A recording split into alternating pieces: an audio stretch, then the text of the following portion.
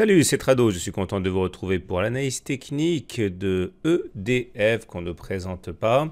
Avant de commencer, je vais vous rappeler que je suis analyste technique, trader compte propre, mais je ne suis absolument pas conseiller financier, donc il ne faut pas voir dans ce qui suit une incitation à acheter ou à vendre. Il s'agit avant tout de vous faire votre propre opinion et de faire appel à un conseiller financier ou un professionnel pour savoir si EDF correspond à votre profil d'investisseur. Je n'ai pas les compétences pour juger du bien fondé pour vous d'acquérir une action EDF. Donc on va passer tout de suite à la présentation rapide d'EDF que vous connaissez tous, un leader français de la production et de la distribution d'électricité.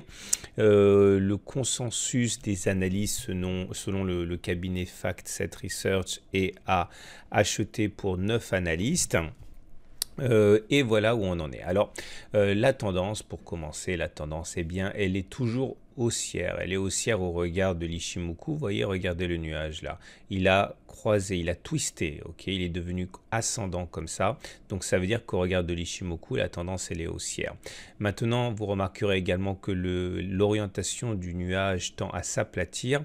Ça nous fait éventuellement penser à un début éventuellement de latéralisation, de tendance neutre, mais pour l'instant, en tout cas, ce qui est sûr, c'est qu'il n'est plus baissier comme il a pu l'être.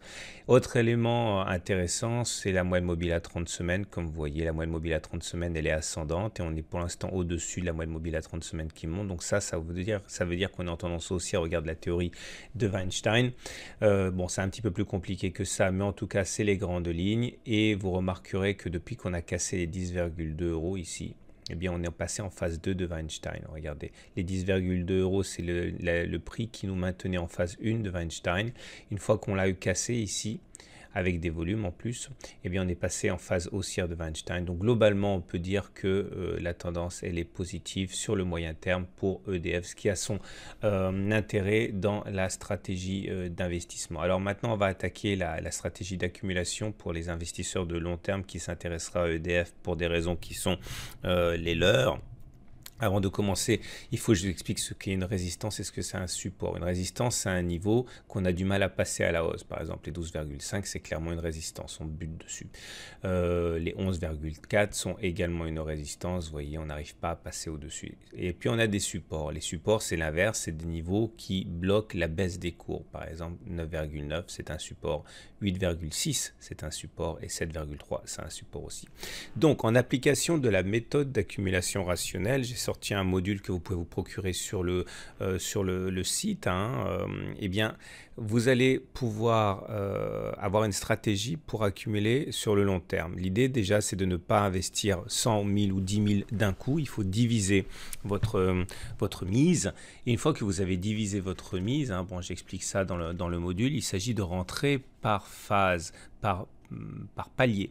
C'est-à-dire que vous pouvez très bien acheter un petit peu maintenant, ce n'est pas la question, nous sommes à 10,9 euros l'action, mais il faudrait absolument garder de quoi investir par la suite lorsqu'on reviendra sur des supports, notamment 9,9, puisque historiquement on a tendance à rebondir sur ces niveaux, donc on a plus de chances de voir les cours monter si on achète sur des supports, par exemple 9,9, on pourra renforcer sur 8,6, on pourra éventuellement renforcer sur 7,3, ou alors on pourra également renforcer sur des cassures de résistance, c'est-à-dire que lorsque l'on aura cassé et clôturé au-dessus de 11,4 en données hebdomadaires. Vous voyez qu'acheter aux alentours de 11,4, un peu en dessous, c'est très dangereux parce que vous risquez surtout d'avoir des tirs de barrage, comme il est dangereux d'acheter à 12,5 euros. Il faudra au contraire privilégier des achats au cas où on clôturerait au-dessus de 11,4 ou clôturerait au-dessus de 12,5 euros et ainsi bâtir une position logique sur EDF. Quant à l'objectif, eh bien, il est celui qui est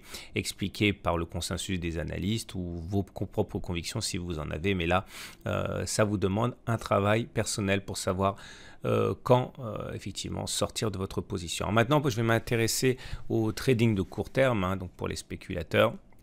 Je change d'unité, on est en données journalières. Chaque bâton que vous voyez là correspond à une journée de cotation. La première chose que vous voyez, c'est que nous avons ici globalement un trading range entre 9,9 et 11,5. On a du mal à passer au-dessus, on a du mal à passer en dessous.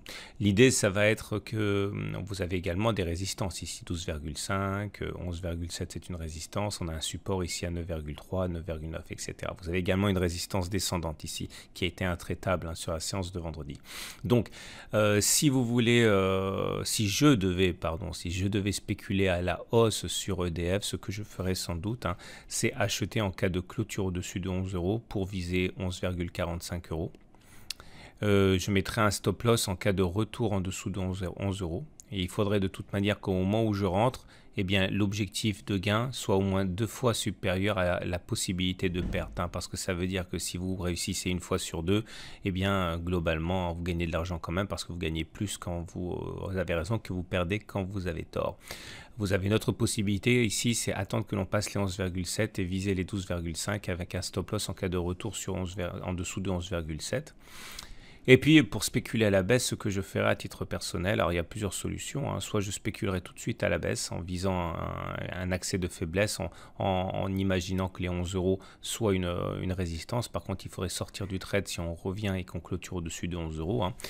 Et autre solution, attendre que l'on casse les 9,9 euros pour viser 9,3 euros en mettant un stop loss en cas de retour au-dessus de 9,9 euros. Voilà, j'espère que cela vous a donné des idées pour investir ou pour spéculer sur EDF, tout en sachant encore une fois que vous êtes seul décisionnaire et que je ne fais que partager ce que moi je ferai. Je vous dis à très bientôt pour une autre analyse technique.